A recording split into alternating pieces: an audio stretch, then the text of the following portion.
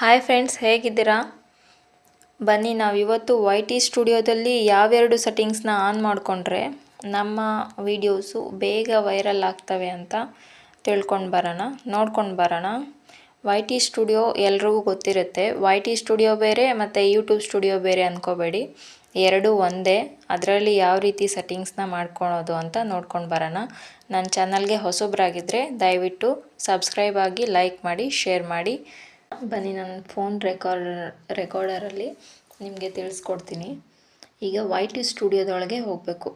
ನೋಡಿ, ಎಲ್ಲಿದೆ ನಿಮ್ಮದು YT ಸ್ಟುಡಿಯೋ? ಇಲ್ಲಿದೆ.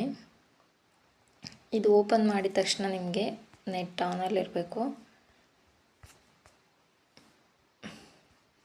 ನಿಮ್ಮ ಚಾನಲ್ ಓಪನ್ ಆಗುತ್ತೆ. ನಿಮ್ಮ ಚಾನಲ್ ಓಪನ್ ಆದಾಗ ಇಲ್ಲಿ ನೀವು ಯಾವ ಸೆಟ್ಟಿಂಗ್ಸಲ್ಲಿ ಹೋಗಬೇಕು ಅಂತಂದರೆ, ಇಲ್ಲಿ ಕಾಂಟ್ಯಾಕ್ಟ್ಸಲ್ಲಿ ಹೋಗಿ. ಕಾಂಟ್ಯಾಕ್ಟ್ಸಲ್ಲಿ ಹೋದ ತಕ್ಷಣ ನಿಮ್ಮ ವೀಡಿಯೋಸ್ ಎಲ್ಲ ಬರ್ತವೆ.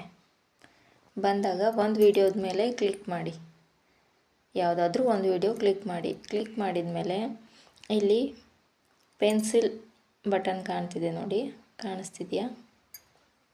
ಆ ಬಟನ್ ಮೇಲೆ ಕ್ಲಿಕ್ ಮಾಡಿ. ಆ ಬಟನ್ ಮೇಲೆ ಕ್ಲಿಕ್ ಮಾಡಿದ ಮೇಲೆ ಇಲ್ಲಿ ಲಾಸ್ಟು ನೋಡಿ ತೋರಿಸ್ತೀನಿ.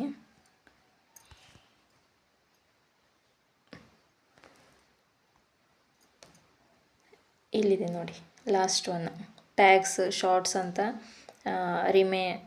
ರಿಮಿಕ್ಸಿಂಗ್ ಇವೆಲ್ಲ ಬರ್ತಾವಲ್ಲ, ಕ್ಯಾಟಗರೀಸು. ಅದ್ರ ಮೇಲೆ ಕ್ಲಿಕ್ ಮಾಡಿ. ಅದ್ರ ಮೇಲೆ ಕ್ಲಿಕ್ ಮಾಡಿದ ಮೇಲೆ ನೀವು ಕ್ಯಾಟಗರಿ ಸೆಲೆಕ್ಟ್ ಮಾಡಬೇಕು. ಯಾವ ಕ್ಯಾಟಗರಿಯಲ್ಲಿ ನೀವು ವೀಡಿಯೋಸ್ ಅಪ್ಲೋಡ್ ಮಾಡ್ತಾ ಇದ್ದೀರಾ, ಯಾವ ಕ್ಯಾಟಗರಿ ನೀವು ಅಂದರೆ ಈಗ ಡೈಲಿ ಲಾಗ್ಸ್ ಮಾಡ್ತಿರ್ತಾರೆ, ಕುಕ್ಕಿಂಗ್ ಚಾನಲ್ ಮಾಡ್ತಿರ್ತಾರೆ, ಟೆಕ್ನಾಲಜಿ ಅಂದರೆ ಅದೇ ಟೆಕ್ನಾಲಜಿ ಬಗ್ಗೆ ಹೇಳ್ತಾ ಇರ್ತಾರೆ, ಸೈನ್ಸ್ ಆ್ಯಂಡ್ ಟೆಕ್ನಾಲಜಿ ಅಥವಾ ಸ್ಪೋರ್ಟ್ಸು. ಇಲ್ಲಿ ನೋಡಿ, ಇಲ್ಲಿ ತೋರಿಸ್ತೀನಿ ನೋಡಿ, ಇದು ಕ್ಯಾಟಗರಿ. ಈ ಕ್ಯಾಟಗರಿ ಮೇಲೆ ಕ್ಲಿಕ್ ಮಾಡಿ.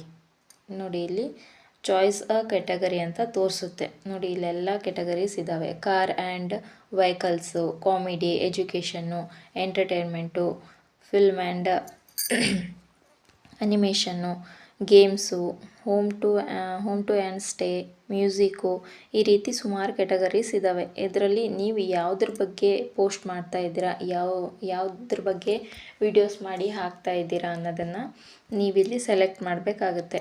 ನೋಡಿ, ನಾನು ಸೆಲೆಕ್ಟ್ ಆಗಿದೆ ಪೀಪಲ್ ಆ್ಯಂಡ್ ಬ್ಲಾಗ್ಸ್ ಅಂತ ಹೇಳಿ. ಸೆಲೆಕ್ಟ್ ಮಾಡಿದರೆ ನೀವು ಯಾವುದು, ಪೆಟ್ ಆದರೆ ಪೆಟ್ಟು, ಅಥವಾ ನೀವು ಯಾವುದ್ರ ಬಗ್ಗೆ ವೀಡಿಯೋಸ್ ಮಾಡ್ತಾ ಇರ್ತೀರಲ್ಲ ಅದ್ರ ಬಗ್ಗೆ ಸೆಲೆಕ್ಟ್ ಮಾಡಬೇಕಾಗುತ್ತೆ. ಇದು ಫಸ್ಟ್ ಸೆಟ್ಟಿಂಗ್ಸು. ಯಾಕಂದರೆ ಚಾನಲ್ ಫಸ್ಟ್ ಸ್ಟಾರ್ಟಿಂಗಲ್ಲಿ ಓಪನ್ ಮಾಡಿದವ್ರಿಗೆ ಇದೆಲ್ಲ ಸ್ವಲ್ಪ ಗೊತ್ತಿರಲ್ಲ. ಸೊ ಇದು ಫಸ್ಟು ಸೆಟ್ಟಿಂಗ್ಸು.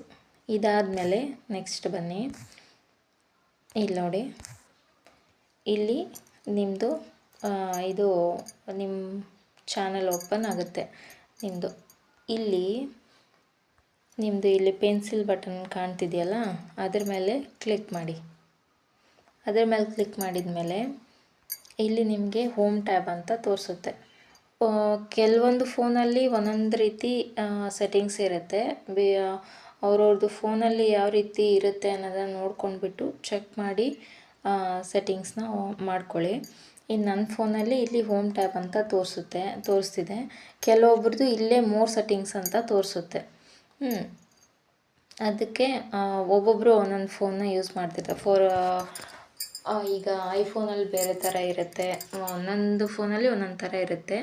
ಈಗ ಈ ಹೋಮ್ ಟ್ಯಾಬ್ನ ಓಪನ್ ಮಾಡಿ. ಇಲ್ಲಿ ನೋಡಿ, ಇಲ್ಲಿ ಎಲ್ಲಿ ತೋರಿಸುತ್ತೆ ಇದು ನೋಡು, ಹೋಮ್ ಟ್ಯಾಬು ಅದು ಶೋ ಅಲ್ಲಿದೆ.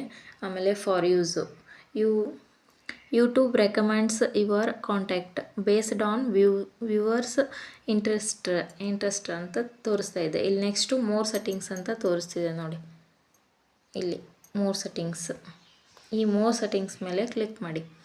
ಇಲ್ಲಿ ನೋಡಿ, ಇದು ವೀಡಿಯೋಸು, ಶಾರ್ಟ್ಸು, ಲೈವ್ ಆಗಿ ನೀವೇನು ವೀಡಿಯೋಸ್ ಮಾಡ್ತಿರ್ತೀರಲ್ಲ ಅದು. ಈ 3 ಸೆಟ್ಟಿಂಗ್ಸು ನಿಮ್ಮ ಫೋನಲ್ಲಿ ಆನಲ್ಲಿರಬೇಕು.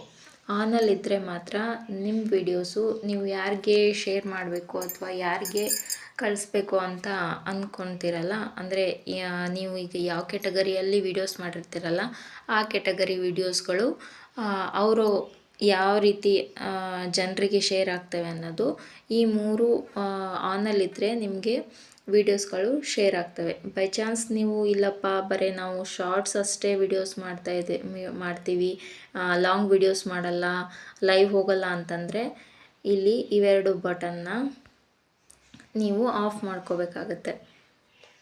ನೋಡಿ, ಇವೆರಡು ಬಟನ್ ಆಫ್ ಮಾಡಿ ಇಲ್ಲಿ ಕೆಳಗಡೆ ಸೇವ್ ಅಂತ ತೋರಿಸುತ್ತಲ್ಲ, ಇಲ್ಲಿ ಸೇವ್ ಅಂತ ಕೊಡಬೇಕಾಗತ್ತೆ. ಇಲ್ಲಾಂದರೆ ನೀವು 3 ವೀಡಿಯೋಸು ಶಾರ್ಟ್ಸು ಲೈವ್ 3 ಮಾಡ್ತಾಯಿದ್ದೀನಿ ಅಂದರೆ ಇದು 3 ನಿಮಗೆ ಆನಲ್ಲಿ ಇರಬೇಕಾಗತ್ತೆ. ನೆಕ್ಸ್ಟು ಇಲ್ಲಿ ನೋಡಿ, ಇದು ರೀಸೆಂಟ್ ಕಾಂಟ್ಯಾಕ್ಟ್ ಓನ್ಲಿ. ಈ ಬಟನ್ ಆನ್ ಯಾಕಿಲ್ಲ ಅಂದರೆ, ಈ ಬಟನ್ ನಿಮಗೆ ರೀಸೆಂಟ್ ಅಂದರೆ ಈಗ ರೀಸೆಂಟಾಗಿ ಅಲ್ಲಿ ಕೆಳಗಡೆನೇ ಕೊಟ್ಟಿದ್ದಾರೆ ನೋಡಿ, 12 ಮಂತ್ಸ್ ಅಂತ ಕೊಟ್ಟಿದ್ದಾರೆ, ಪೋಸ್ಟ್ 12 ಮಂತ್ಸ್. ಈ 12 ಮಂತ್ಸಲ್ಲಿ ನೀವೇನು ವೀಡಿಯೋಸ್ ಮಾಡಿರ್ತೀರಲ್ಲ, ಆ ವೀಡಿಯೋಸ್ಗಳಷ್ಟೇ ನಿಮಗೆ ಜನರಿಗೆ ಶೇರ್ ಆಗಬೇಕು ಅಥವಾ ಆ ವೀಡಿಯೋಸ್ಗಳಷ್ಟೇ ಜನರುಗಳು ನೋಡಬೇಕು ಅಂತ ನೀವು ಅಂದ್ಕೊಂಡಿದ್ರೆ ಈ ಬಟನ್ ಮೇಲೆ ಕ್ಲಿಕ್ ಮಾಡಿ. ಇಲ್ಲಪ್ಪ ನಾವು ಎಲ್ಲ ಒಳ್ಳೊಳ್ಳೆ ವೀಡಿಯೋಸ್ಗಳು ಮಾಡಿ ಹಾಕಿದ್ದೀವಿ ಅಥವಾ ಅದರಲ್ಲಿ ಒಳ್ಳೊಳ್ಳೆ ಒಂದು ಜನರಿಗೆ ತುಂಬ ಹೆಲ್ಪ್ಫುಲ್ ಆಗೋ ವೀಡಿಯೋಸ್ಗಳನ್ನ ಮಾಡಿದ್ದೀವಿ ಅಂತ ಅಂದರೆ ನೀವು ಇದು ರೆಕಮೆಂಡೆಡ್ ಮೇಲೆ ಆಲ್ ಕಾಂಟ್ಯಾಕ್ಟ್ಸ್ ಅಂತಿದೆಯಲ್ಲ, ಆ ಬಟನ್ನ ಆನಲ್ಲೇ ಇಟ್ಟಿರಬೇಕು. ನಿಮಗೆ ನೀವು ಹಳೇ ವೀಡಿಯೋಸ್ಗಳು, ನೀವು ಈಗ 1 ವರ್ಷ 2 ವರ್ಷದ್ದೇನು ಹಳೆ ವೀಡಿಯೋಸ್ಗಳು ಮಾಡಿರ್ತೀರಲ್ಲ, ಅವು ಕೂಡ ಜನರಿಗೆ ನೋಡೋಕೆ ಸಿಗ್ತವೆ ಈ ಬಟನ್ ಆನಲ್ಲಿದ್ದರೆ. ಈ ಬಟನ್ ಆನ್ ಮಾಡಿದರೆ ನಿಮ್ಗೆ ಬರೀ 12 ಮಂತ್ಸ್, ಒಂದು ವರ್ಷದಲ್ಲಿ, ಈ 1 ವರ್ಷದಲ್ಲಿ ನೀವೇನು ಮಾಡಿರ್ತೀರಲ್ಲ ಆ ವೀಡಿಯೋಸ್ಗಳಷ್ಟೇ ಇದರಲ್ಲಿ ನೋಡೋಕೆ ಸಿಗ್ತವೆ. ಓಕೆ, ಅರ್ಥ ಆಯಿತು ಅಂದ್ಕೊತೀನಿ.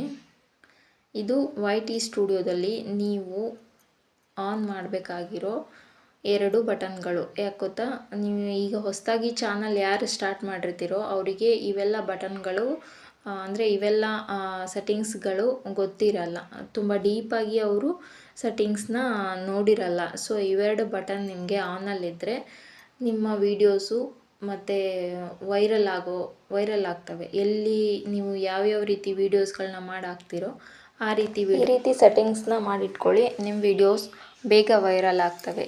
ಈ ಮಾಹಿತಿ ನಿಮಗೆ ಇಷ್ಟ ಆಗಿದೆ ಅಂದ್ಕೊತೀನಿ. ದಯವಿಟ್ಟು ಲೈಕ್ ಮಾಡಿ, ಶೇರ್ ಮಾಡಿ, ಕಮೆಂಟ್ ಮಾಡಿ. Thank you for watching.